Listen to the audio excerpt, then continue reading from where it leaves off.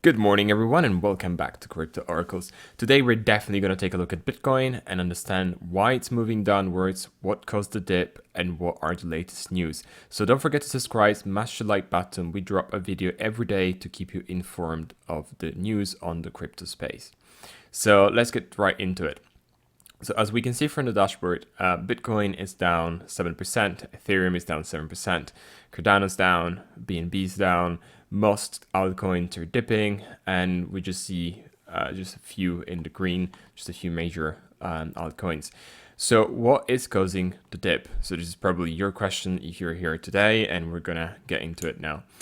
So the dip is actually caused by the infrastructure bill becoming low. So what is the infrastructure bill? So President Biden signs the infrastructure bill into law, mandating broker reporting requirements.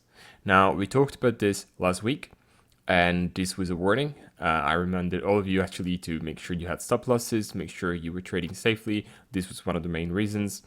We knew this law was coming around, and that could have been signed into law. And now we're gonna go into what this law actually represents and why was it bad for crypto. So after months of scrutiny from both the United States Senate House and Representative, the infrastructure bill is has now officially become law. So President Joe Biden signed the $1 trillion infrastructure bill before an audience of reporters, lawmakers, and union workers. The legislation is aimed at providing funding for roads, bridges, internet access, solar panels, electric vehicles, and so on. But at the same time, lawmakers also included language that is applicable to cryptocurrencies prior to its passage in both chambers of Congress.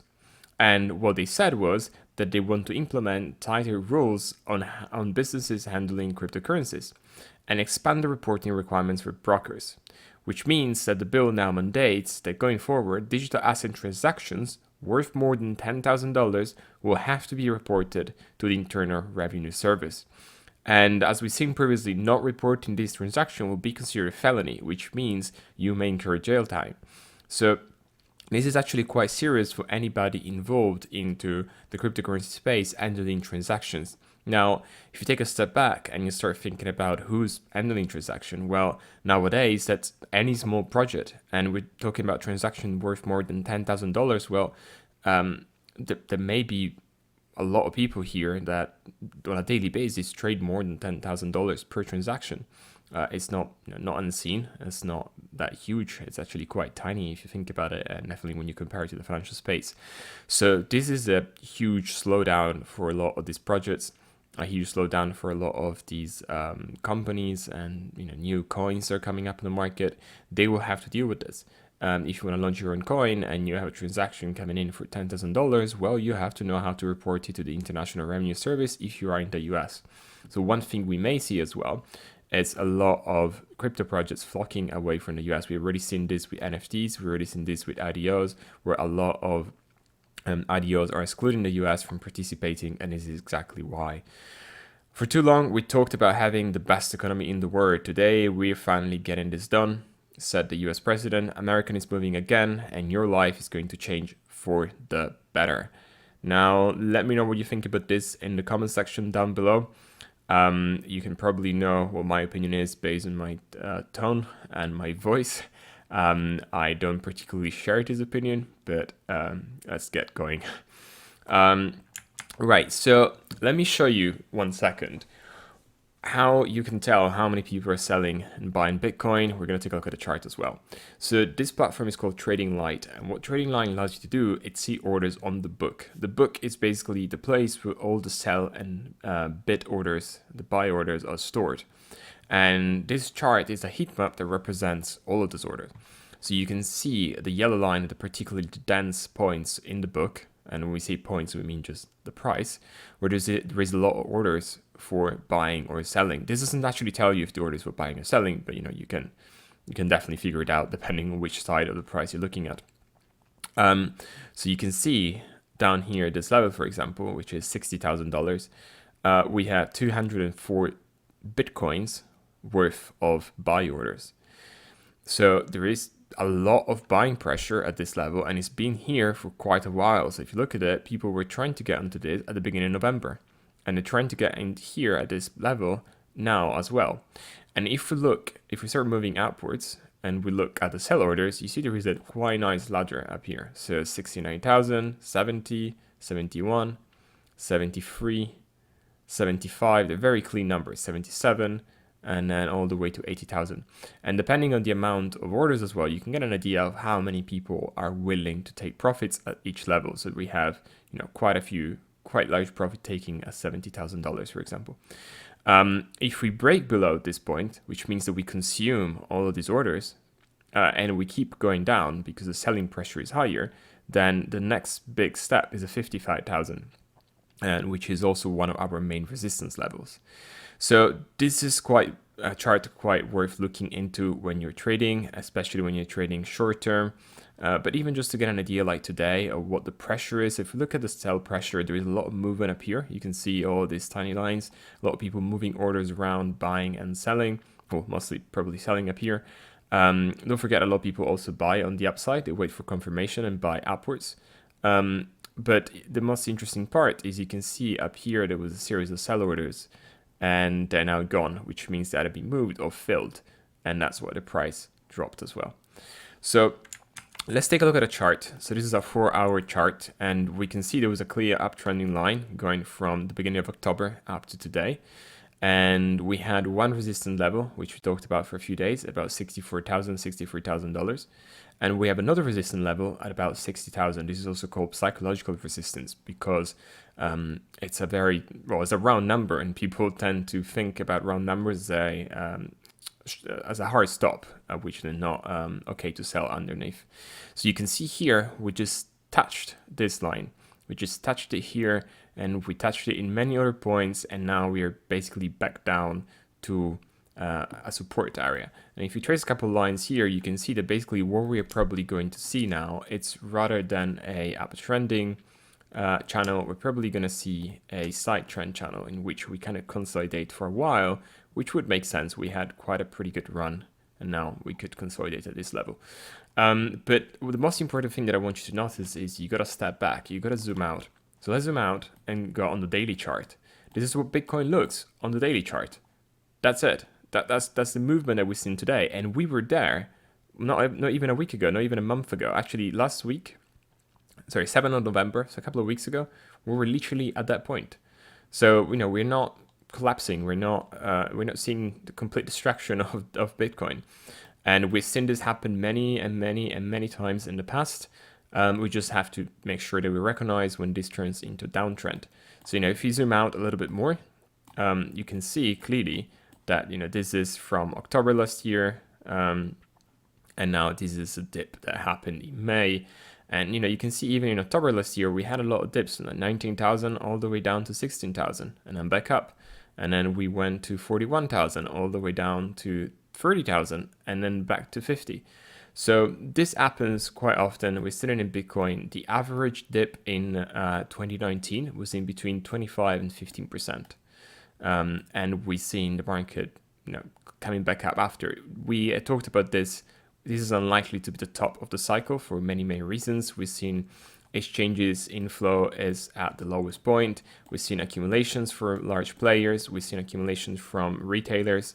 So this is unlikely to be the top, although I'm going to say it again, play it safe. Make sure you have stop losses.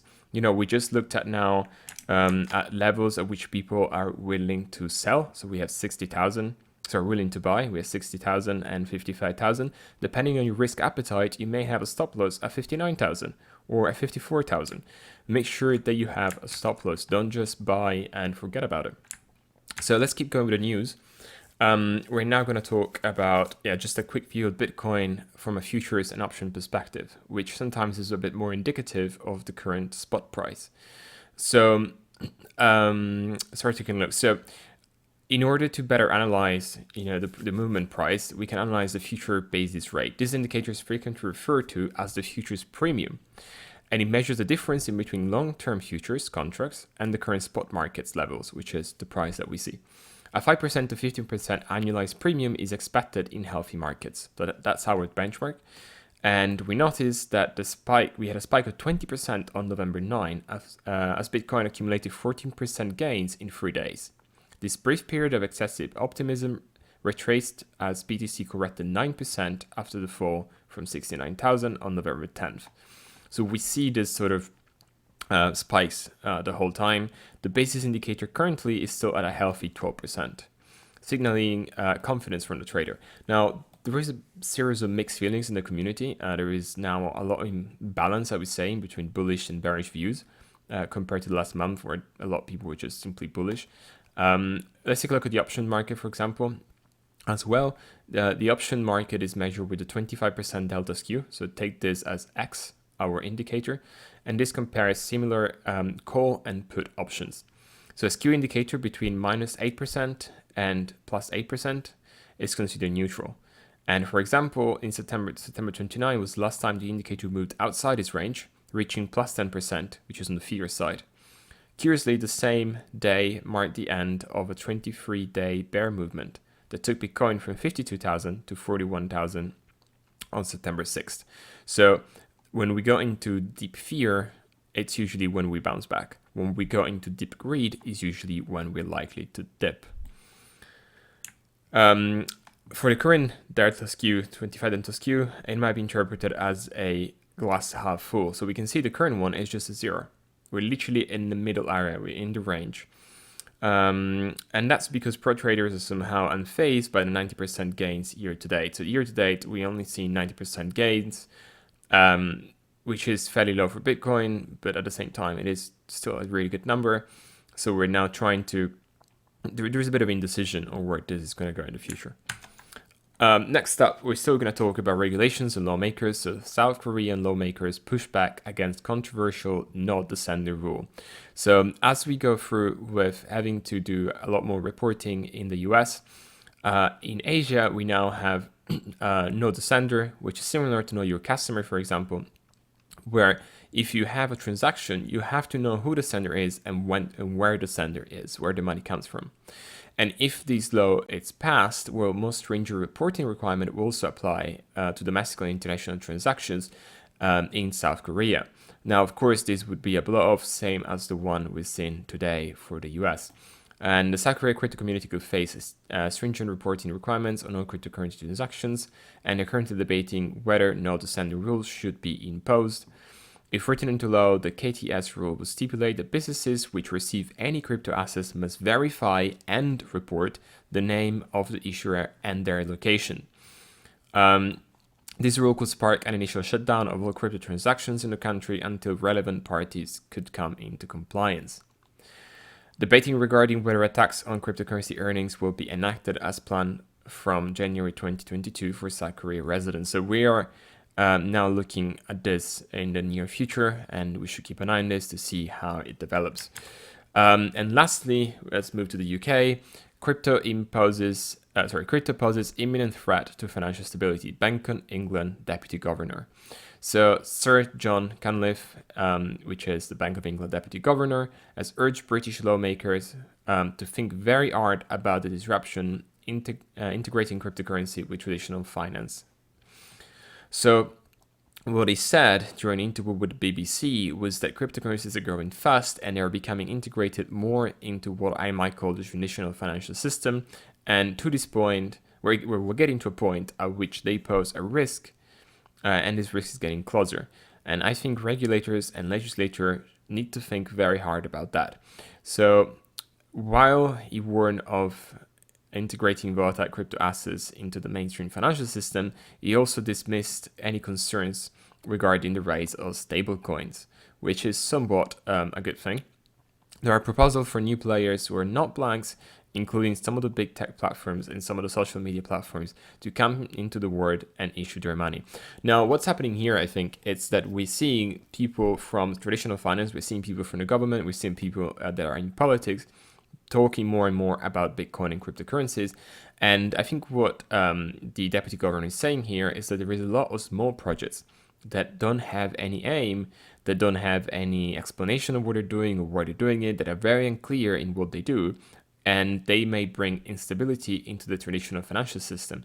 While there is a lot of other projects that are very, very clear, and I think when it talks about social media platform, for example, it's likely to be referring to Meta or Facebook. And it's saying that in that case, well, the story is clearly different. So let's make sure we read in between the lines here and fully understand what these people are saying. There is a lot of confusion, especially from the traditional financial systems, on how cryptocurrencies work. So thank you for listening. I hope this was useful and insightful. And as a reminder, don't panic in the situations. You're not going to do anything good if you start selling or buying based on your emotions. Just take a step back, look at the charts, make sure you play it safe, make sure you move your stop losses, and yeah, definitely don't panic. So thank you for listening. Don't forget to subscribe, smash the like button, and follow us on our platforms if you have any questions. Thank you, and I will see you tomorrow.